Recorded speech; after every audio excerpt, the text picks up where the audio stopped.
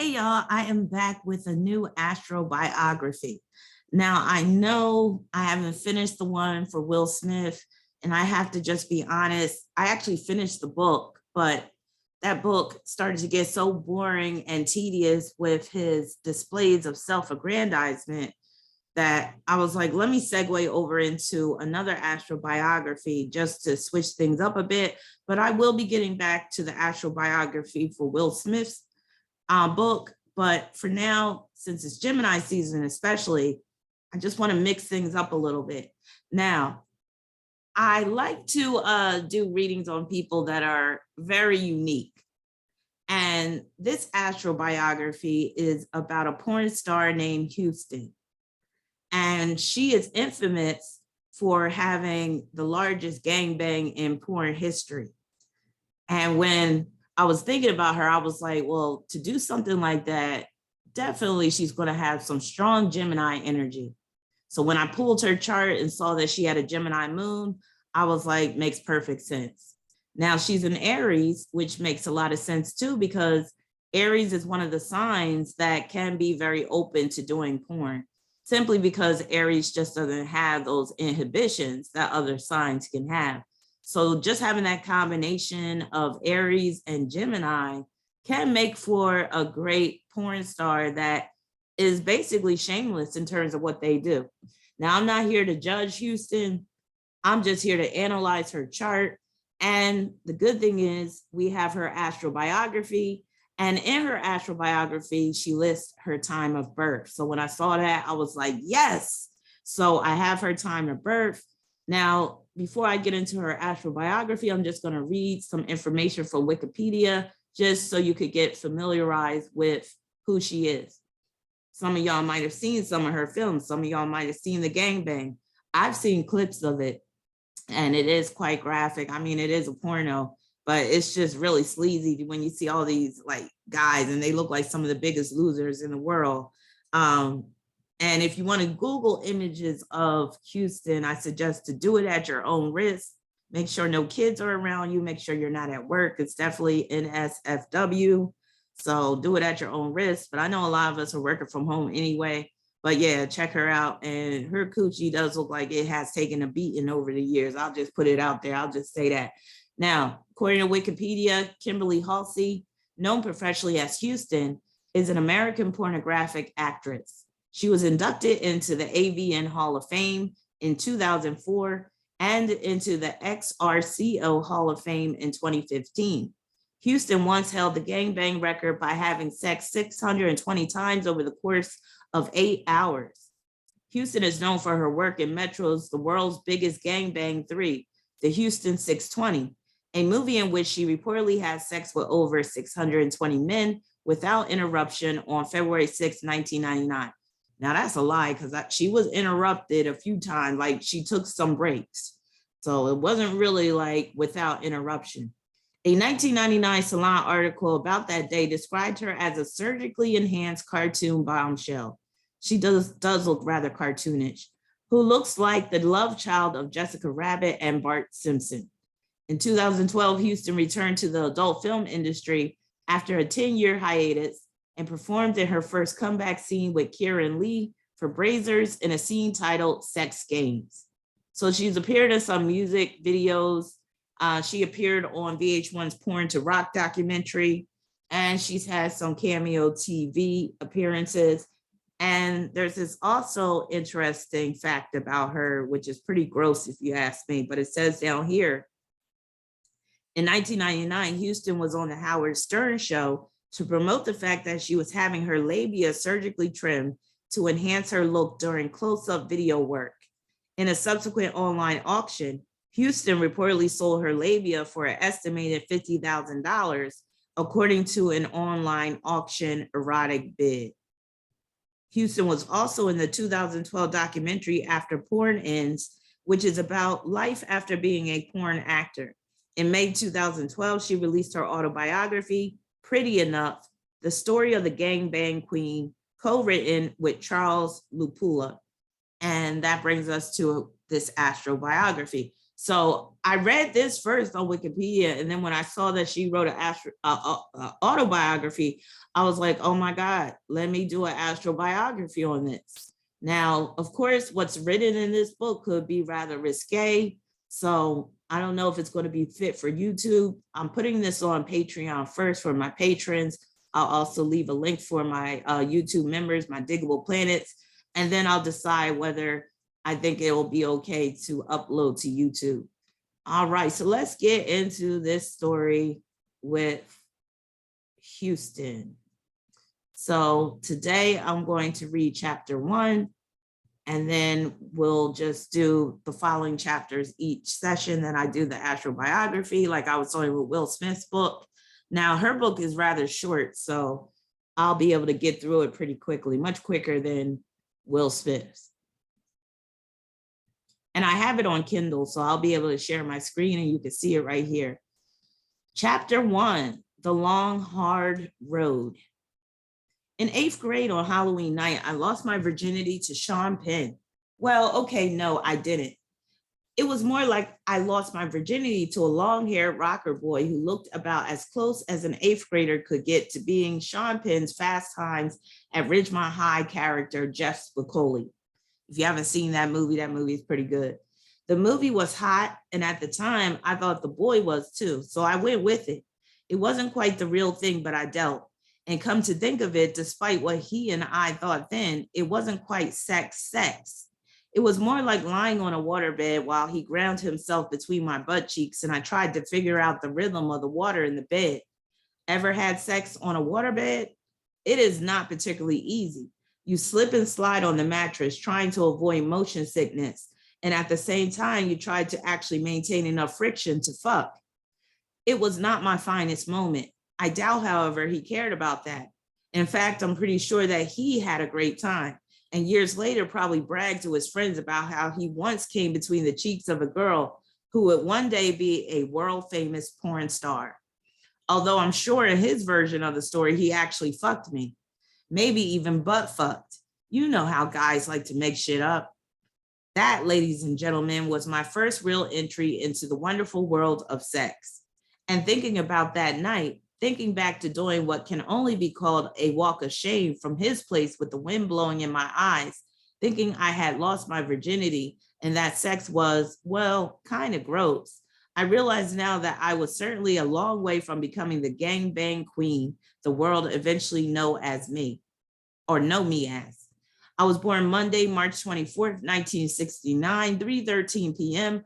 at St. Mary's Hospital in Long Beach, California, the second of 2 twins. That's her Gemini moon. So she's basically like, go ahead and pull my chart. I don't care. While my brother Todd got to go home, I was born at only 4 pounds and spent the first 2 weeks of my life in an incubator. My grandparents met during the Second World War. In 1944, my granduncle was on leave back in Washington State, and he brought home an Army buddy by the name of Claire. Claire was a graduate of the Chouinard Art School. He had been raised in boarding school all around the world, spoke Hindi fluently, and had worked as an animator at Disney in the 1930s, way back when Disneyland had only a single railroad track as an amusement ride. After the war started, they granted him a leave of absence so he could enlist. My grandmother, who had studied nursing, took to Claire almost as soon as she met him. They hit it off right away. And with the war over and Claire soon back working for Disney, eventually helping create the Disney version of Tinkerbell, they were married soon after. My grandmother got pregnant with twins, but lost them. Fortunately, their second attempt at having children was more fruitful. And in 1948, my mother Anne was born. In 1956, the Indian government asked Walt Disney Studios if they could send somebody to help set up an animation department. My grandfather volunteered, realizing he had a choice at that moment to either stay at Disney for another 20 years or to experience something new. The family, which by this point included another child in the form of my Uncle Ken, spent the next 3 years in Bombay. Claire taught at an Indian university before going to Kathmandu, Nepal, and my grandmother became a registered nurse at the American Embassy. During all this, they lived in what pretty much amounted to palaces. After a couple of years, due to the lack of high schools in Nepal, my mother went to boarding school in Switzerland. Growing restless there, she traveled back to the States to finish up high school and found herself in Boston attending Cushing Academy. In 1966, after graduating from Cushing, as her parents moved to New Delhi and eventually Bangkok, she attended Whittier College, where she would meet my eventual father, Norman. He was in a fraternity. She was in a sorority. They quickly took to each other, but after a year and a half, she moved back to Washington to try out for a flight attendant. Back then, they used to call them stewardesses, position at an airline. When she didn't get that, she went back to Whittier, where she ran into my father again and rekindled their relationship. That, ladies and gentlemen, is where my brother and I came in. On her summer trip to Bangkok, my mother discovered that she was pregnant, and the family moved back to the States. At this time, my father had joined the Army OCS, so after she told him, they spent a long time writing letters back and forth, their relationship getting stronger with each note.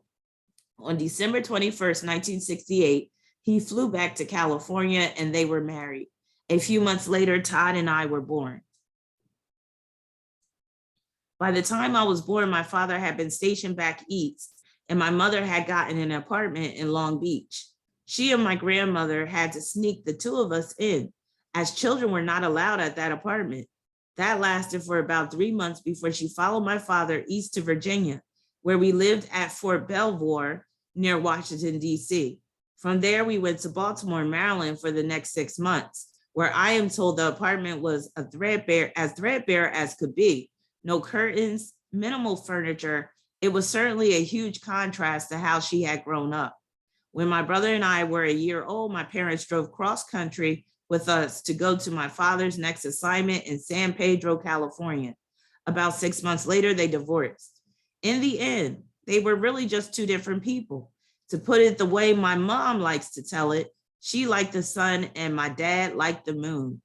Now, a single mom, she moved around a lot. Los Alamitos, Long Beach, Venice Beach, Mar Vista, finally settling down in Culver City. We lived across from the old Helms Bakery, which I believe is now the Antique Guild. It was a very diverse neighborhood with very nice, well-manicured suburban homes, like the one we lived in. But if you walked one block in the wrong direction, you were smack dab in the middle of the ghetto. You have to remember that this was when busing was still happening in the States.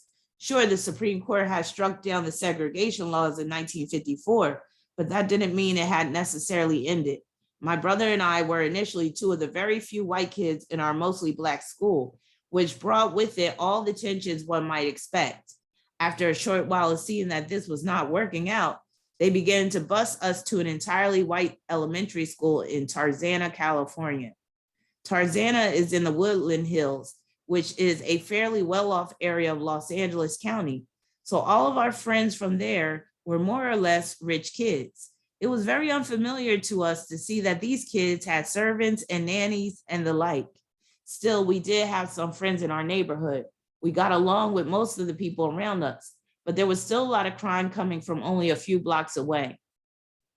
In 4th grade, my brother was pretty badly assaulted, and I had already been robbed at knife point. So my mom realized it just wasn't safe there anymore. On a personal level, I know the attack on my brother affected me more than I realized throughout my life. That was my twin brother, and I never wanted to see anything bad happen to him. All right, so before I read on, let me pull up her chart and get into a little bit about her background. So she had the Gemini moon, which points to her early environment, and she has moon square Pluto, which can point to her being robbed, but also her brother being attacked, and also her just being them not feeling like they fit in with the school where it was all the Black kids, but also not feeling like they fit in with those rich kids when they moved to Tarzana, California. Now she has Libra on the 3rd with Venus in Aries, and it's conjoined to Saturn, so that could deal with the brother also being attacked as well. And that Venus conjoined to Saturn can also just deal with growing up in a neighborhood where there could have been some, violence. And she did mention they were like just a hop, skip, and a jump away from the ghetto. She had Mercury in Pisces, and Mercury in Pisces is, well, I'll say Pisces is a dual sign. So that's reinforcing the twin. And also that could deal with her having to spend extra time in the hospital while her brother was able to go home. Mercury in Pisces squaring that moon in Gemini. So Houston is a Leo rising. So that goes into play with her being a porn star. And, that Leo just produces celebrity, fame, and it can make her very competitive as well. And also she could have a very strong protective streak. So when she mentioned she didn't like, she was very protective over her brother, in so many words, that points to that. Now she has Sun conjunct Chiron, and that's what makes her exceptional as a porn artist, because Chiron can make you exceptional and even odd in some way. So that Sun conjunct Chiron makes a lot of sense. And then she has the Aries North Node. And I always say with Aries North nodes, you should get comfortable with having no strings attached sex. But she took that shit way too far. And it makes sense because her North node's at the Aries point of Aries, which can point to unusual or even just out of the ordinary or extraordinary circumstances that can impact one's life. That South node being conjoined to Jupiter and Uranus, that's representing the gangbang in Libra, that is. And she has South node conjoined to Pluto, which can just make her hypersexual, and that can deal with her being a sex worker working in the adult industry with that Pluto being conjoined to that South node in Libra. She has Mars in Sagittarius, which can make her very promiscuous, and that can deal with where she can handle a lot of men, perhaps at one time, which she did. All right, so I'll be getting more into her chart as I read along, but I just wanted to get those little details out the way. She said, my grandmother, who had been helping my mom the whole time, bought her a really nice home in Northridge in the San Fernando Valley near our elementary school. It only made sense since we had been going to school nearby. It would mean no more long bus rides every morning and no more notes from the bus driver.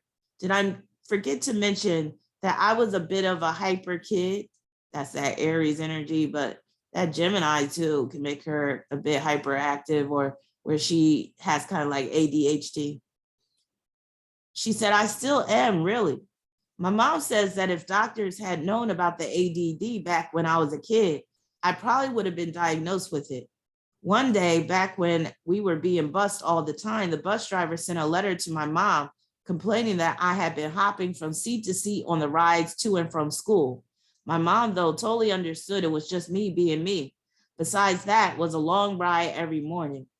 Anyway, more important than the notes, the movement, no more violence against us. But the new house was incredible, like nothing we had ever had. It was a wonderful house where we both had our own rooms and a swimming pool. In a very safe neighborhood, it was like Ozzie and Harriet. By this point, my dad was pretty much a weekend dad.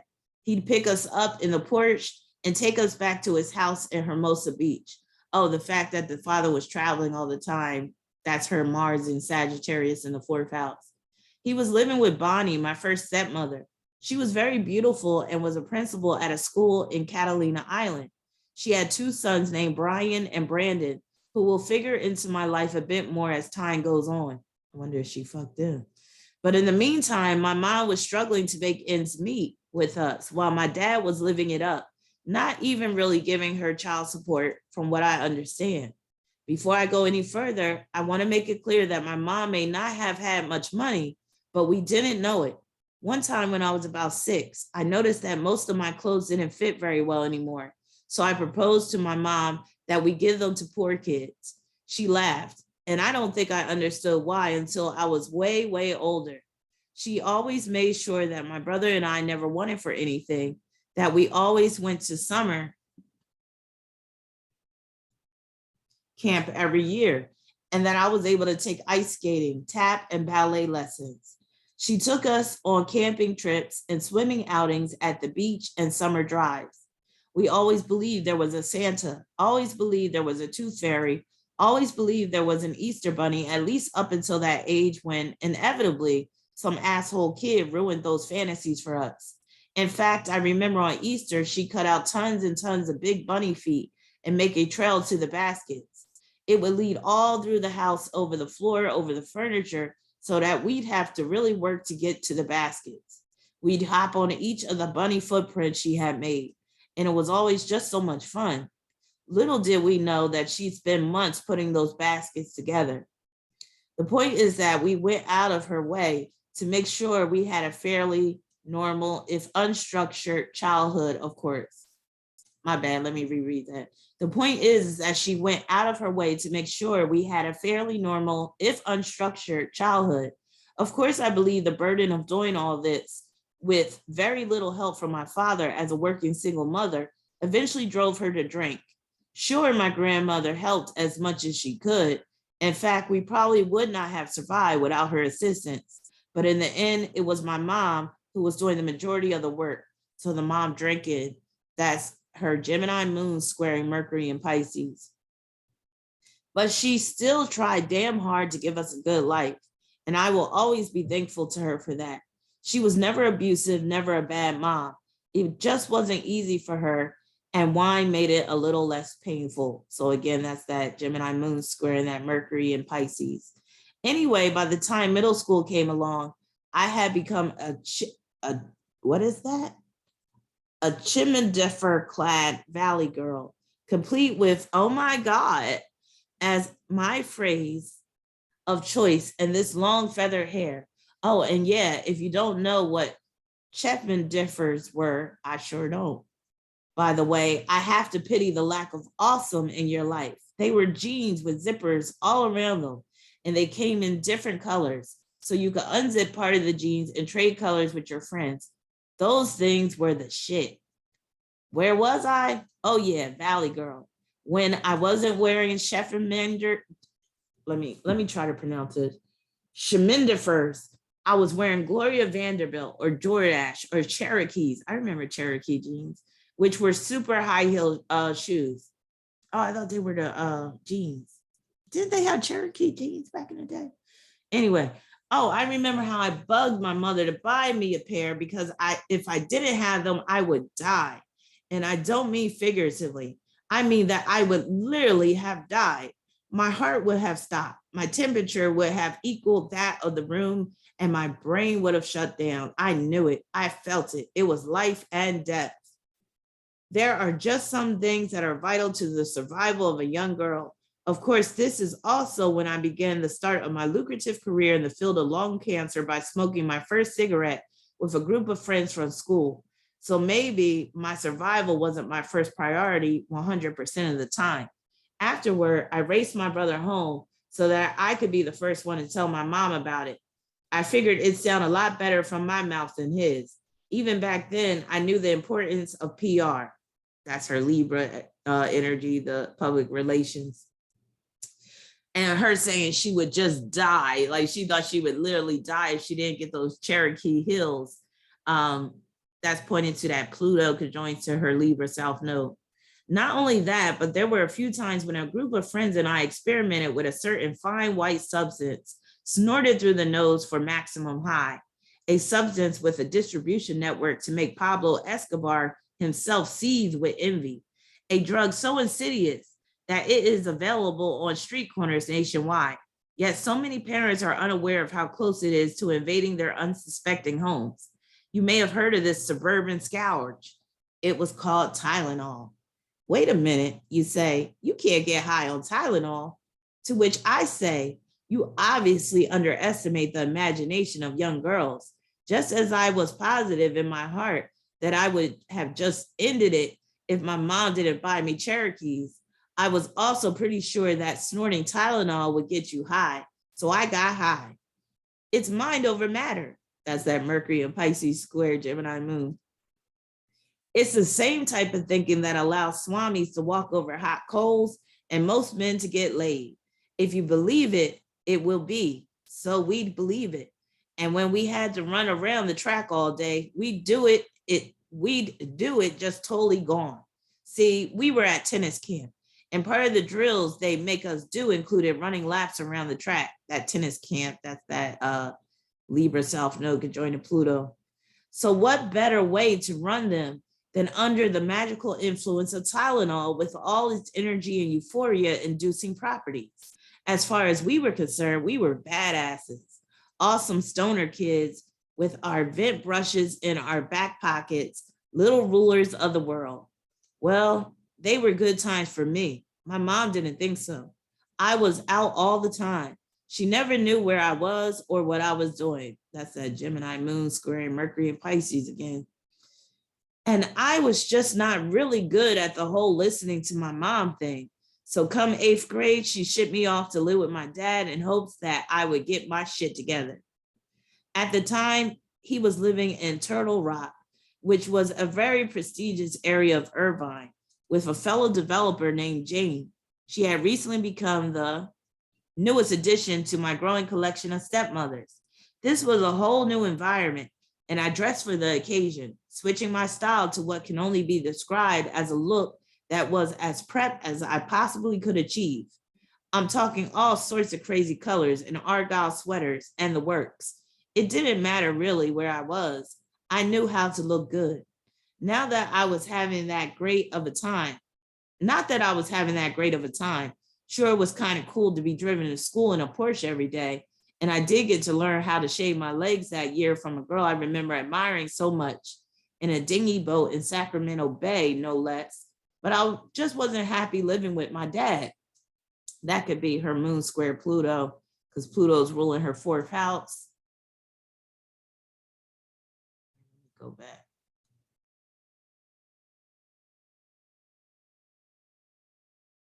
In fact, I remember nights when I just put on Motley Crue's Too Fast for Love album, Come On and Dance, and play it over and over again until I wore out the needle on my record player, crying myself to sleep because I knew that this wasn't me.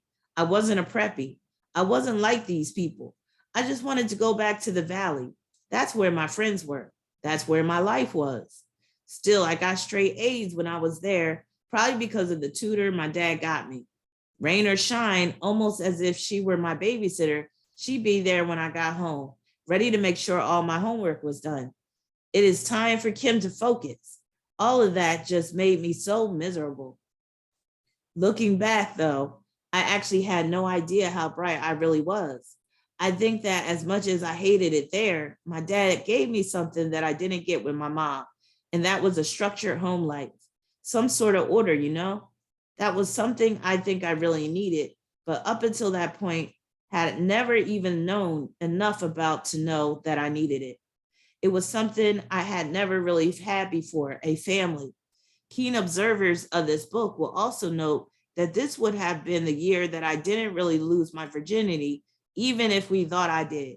Before I put the story to rest for good, I do want to bring up that if you're a young girl, you have certain expectations of what it'll be like.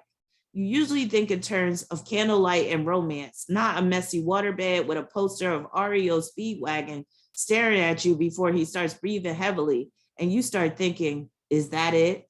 But reality can be a bitch.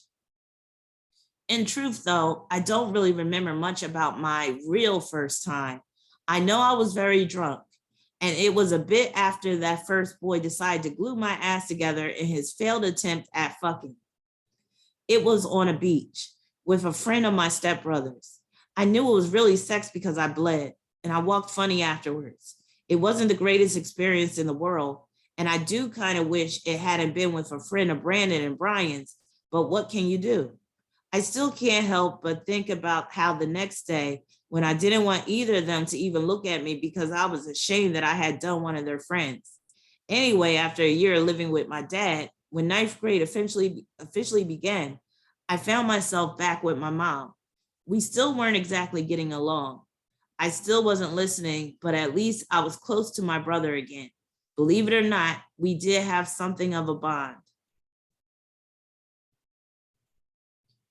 So cue the 9th grade when bam, Madonna hit and I was Madonna. Okay, I was about as close as a 9th grader could be, but still I was a material girl and I was living in a material world. At that time, the Maryland Shore modeling studio started sending recruiters into high schools, and they liked what they saw in me. That's her Mercury in Pisces. I was very mod then. I roped a moped. Oh, I rode a moped. I roped a moped. I rode a moped and had bleach blonde / white hair like Madonna or Billy Idol. People used to call me his sister, but saying something like someone looks like Billy Idol doesn't quite get the boys to come running like saying you look like Madonna, which was more what I was going for anyway. I was soon alongside people like Heather Locklear, learning the finer points of modeling, eventually graduating and going to do beauty pageants. So her attending modeling school, very Mercury in Pisces. My drug intake changed a bit from Tylenol to shrooms and 3 or 4 times cigarettes laced with PCP. I was having actual sex at this time too, with my boyfriend, Josh. For the first time, it was fun. I think his last name was McKelvey, but it was so long ago that I can't be sure. He was my best friend though, such a great guy. There'd be weekends of going to the beach and drinking beer and playing quarters.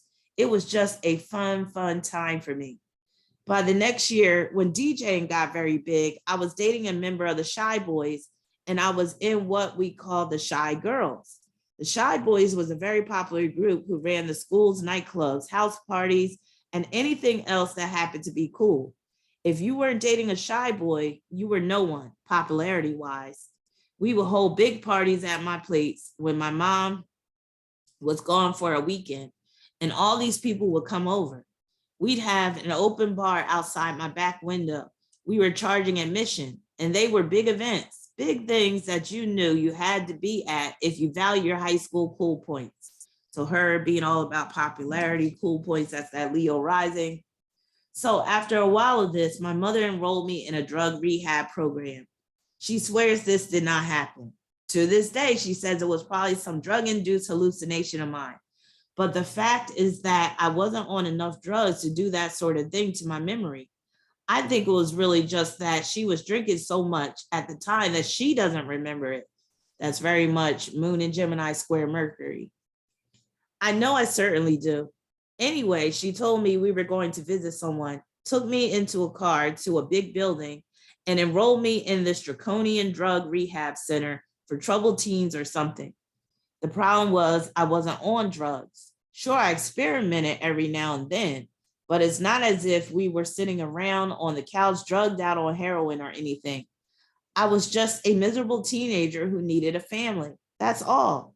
These people treated me like a criminal, like a prisoner. So first chance I got, I went AWOL. Sadly, though, it didn't go well. The Great Escape, this was not. They caught me and brought me back, and I had to learn all about the program, AA and its philosophies for about 30 days. Not that it helped get me off anything I wanted to do. Not that it did anything but further drive a wedge between my mom and me. I still did what I wanted to do. I just knew not to get in a car with my mom anymore. When I got out of that and the summer came along, things started to go downhill for me. My brother had morphed from Mr. Dork to Mr. Jock and had his own friends, while I had morphed from Miss Popular to Miss Miserable. I had another year of school coming up, but I had no way of getting to it. I didn't have the moped anymore. I didn't have a car, and it was pretty far. I wasn't exactly going to walk. I was living with my mom, and we really did not see eye to eye on anything. I was still hurt about being put in the rehab center. So I came up with a plan. I would drop out of school, get a real job, save up enough money to buy myself a car, and then go back to school.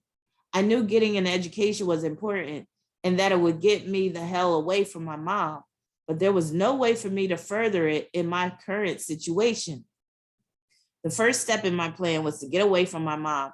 I moved in with my then boyfriend, a surfer dude named Adrian Prince, who along with his brother introduced me to pot. How many people can say they tried PCP before they tried pot, eh? And years later, invented the slot stick, which was a type of skimboard. Almost immediately thinking that this would be a better situation than the one I had gotten out of, I got myself a job at Shadoak Pet Clinic in Granada Hills. her working at a pet clinic that's very Mercury and Pisces as well. Let me just look at her chart real quick, see where. So Mercury's in that 7th house, and her moving in with her boyfriend is very much dealing with Mercury being squaring that moon in Gemini, because she did that to get away from her mother.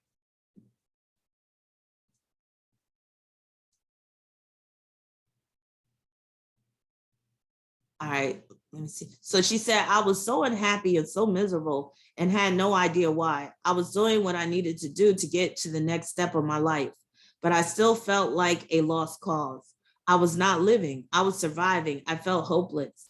I was getting a paycheck from the clinic, but it was going to take forever to save up enough for what I needed to do. I was absolutely miserable. I hated not only myself, but I hated my life. After a while, the depression became too much, and I crossed over into being a full-fledged suicidal person.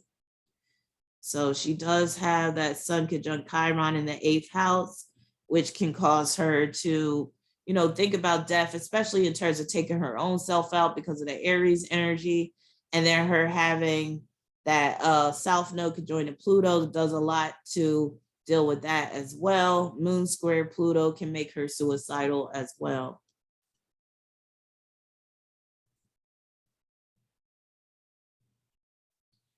She said, no, I take that back. I didn't cross over. I was suicidal the whole time I was there. Adrian was fun, but I couldn't talk to him about what was going on with me. Thinking about it, I probably couldn't have communicated what was wrong to anyone, even myself. That's her Mercury square moon. It wasn't his fault. There wasn't anything he could have done to help. One day when I got up for work with the depression really eating into me, I decided to get Adrian's shotgun or Adrian's brother's shotgun, I can't really remember, and shoot myself. That's that Aries Sun conjunct Chiron in the 8th house.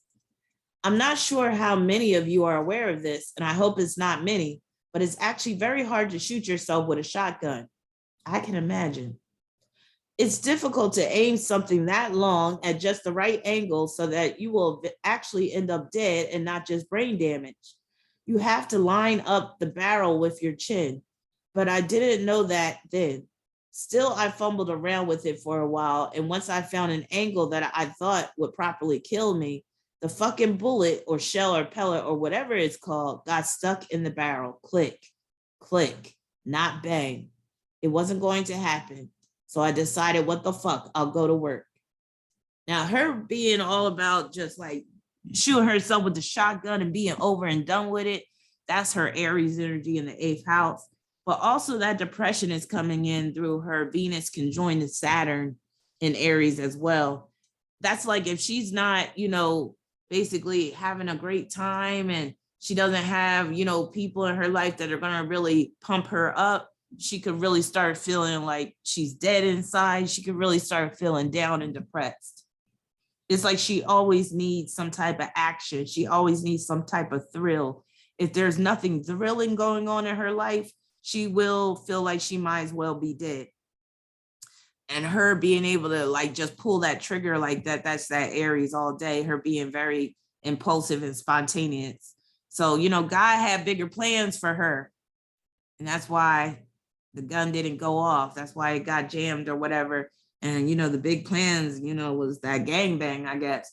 So she said, when I got there, I worked my day as usual, did my shift. And at the end of the day, I stole a syringe and a bottle of pentobarbital, which was used to put the animals to sleep. Damn, she wasn't playing. When I got home, I put the pentobarbital in the syringe and proceeded to inject my arm with it. Of course, I was just an assistant at the clinic and had never been taught how to do the injections the right way. So I missed the vein completely. I didn't even know you had to hit the vein. A big nasty bubble formed on my left forearm where I stuck the needle in. That's her moon square Pluto, that moon being in Gemini. Gemini rules the arms. She said I was still alive and that wasn't what I wanted. So I wrapped my arms around myself as if I were giving myself a hug, and I injected my upper left bicep. Now, before I read on, let me just say, with that Aries stellium in the 8th house and her having Venus conjoined to Saturn in Aries, it produces self-destructive tendencies within her. And those self-destructive tendencies were basically displayed with the gangbang. She just transmuted that energy from being suicidal to being a total like masochist person that is very much into degrading forms of sex or will allow herself to be put in degrading situations. And again, I'm not judging her. It is what it is. So she continues to say, I mean, after all, when they put animals to sleep, it normally requires 2 shots. So I figured maybe that was the case with me. I don't know how I even did it. Thank God I didn't know what I was doing or I wouldn't be here. Hell, now that I have some medical training, I know exactly where to stick the needle. If I did that now, I'd succeed. Not that that's anything I'm necessarily proud of course. I still have the indent on the inside of my left forearm to remind me of my stupidity.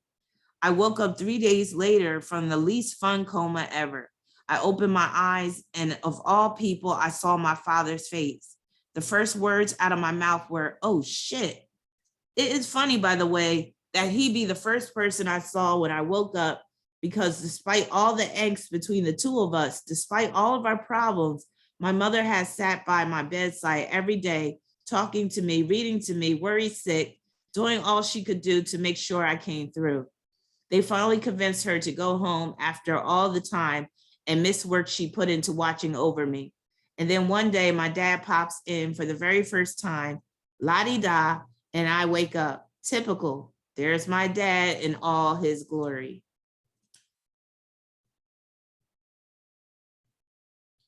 Of course, I didn't know that then. I was too busy freaking out. I wasn't happy about waking up. I wanted to die.